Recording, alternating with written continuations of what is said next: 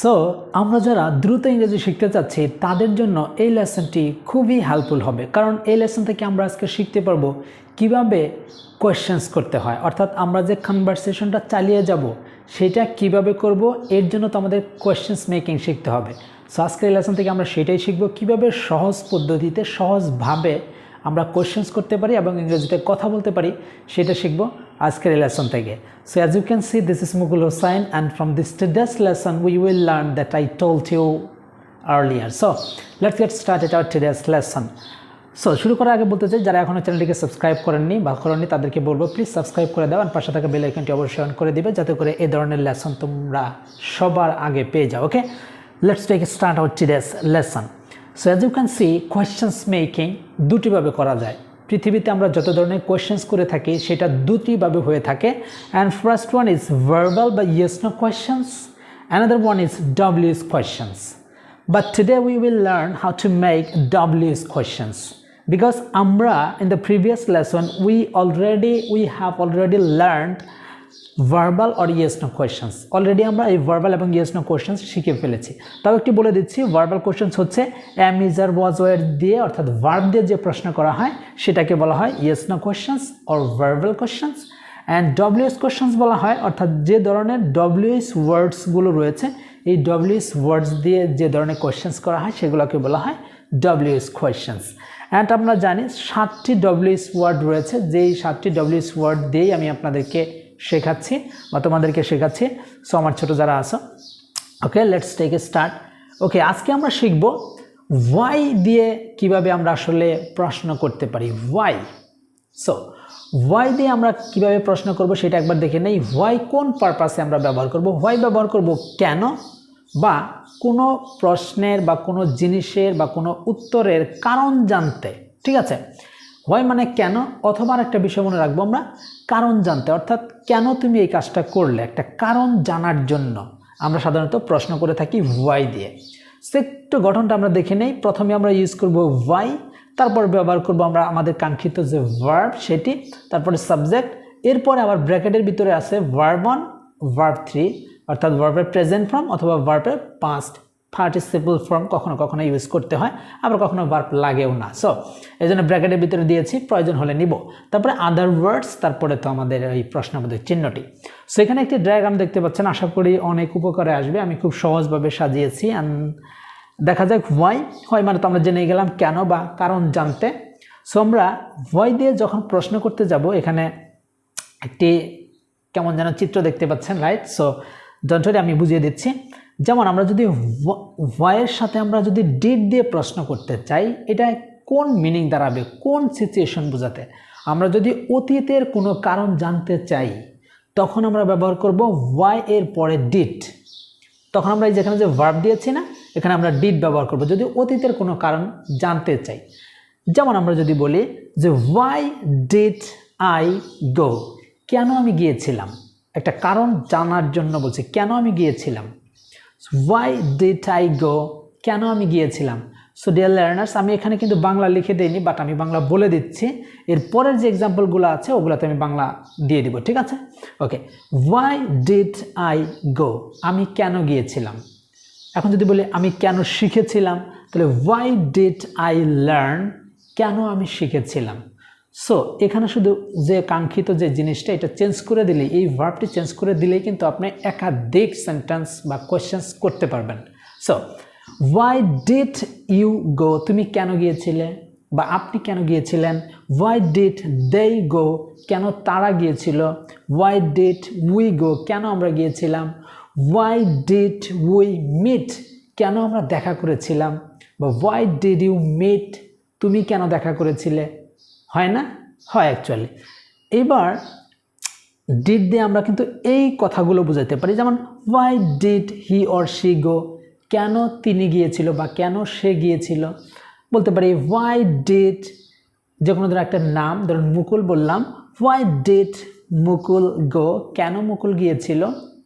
যদি বলি why did my mother go, কেন আমার মা গিয়েছিল। My father, my daughter, my uncle, my aunt ইত্যাদি আমি বলতে পারি, ঠিক আছে?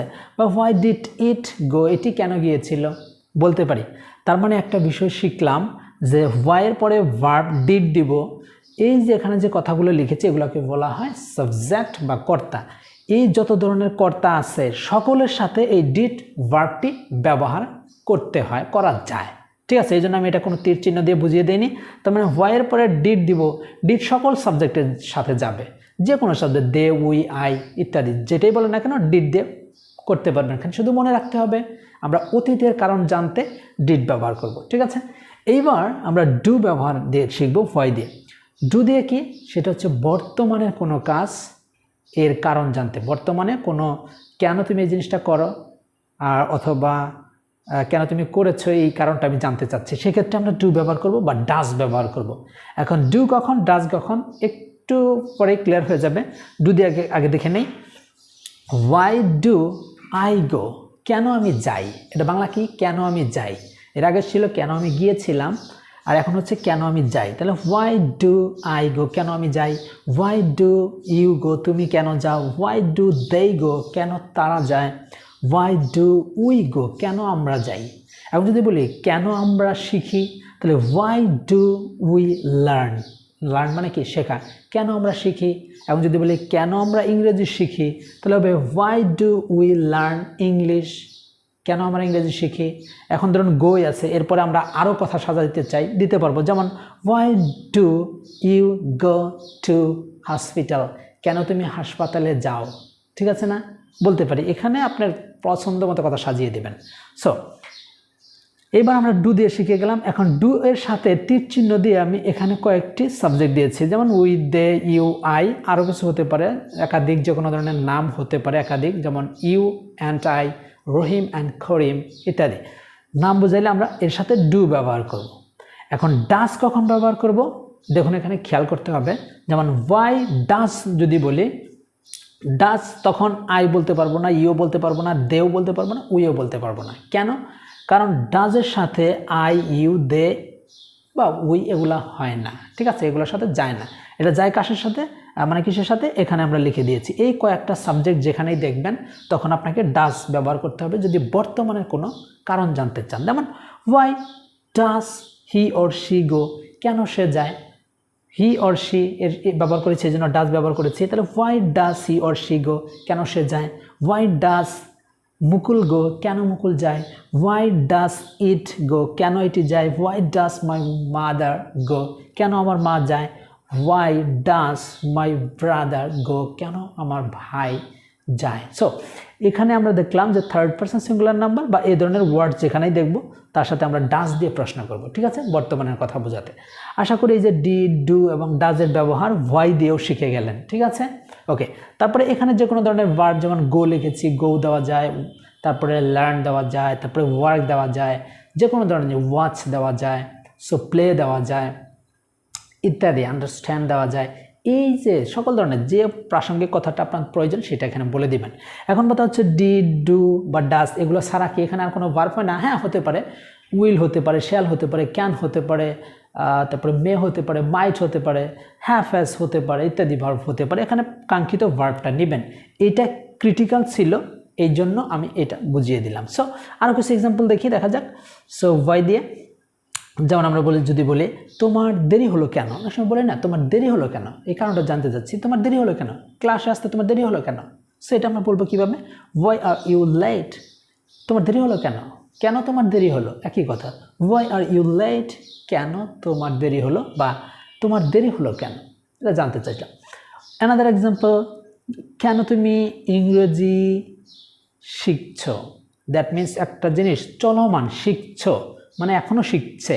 তাহলে কেন তুমি ইংরেজি শিখছো, আমি যদি এখন তোমাকে প্রশ্ন করি যে ওয়াই, সরি আমি ওয়াই দিয়ে বলছি না আগে, যে তোমাকে বললাম সাপোজ তুমি কেন ইংরেজি শিখছো, এটা আমি কীভাবে ইংরেজিতে বলবো?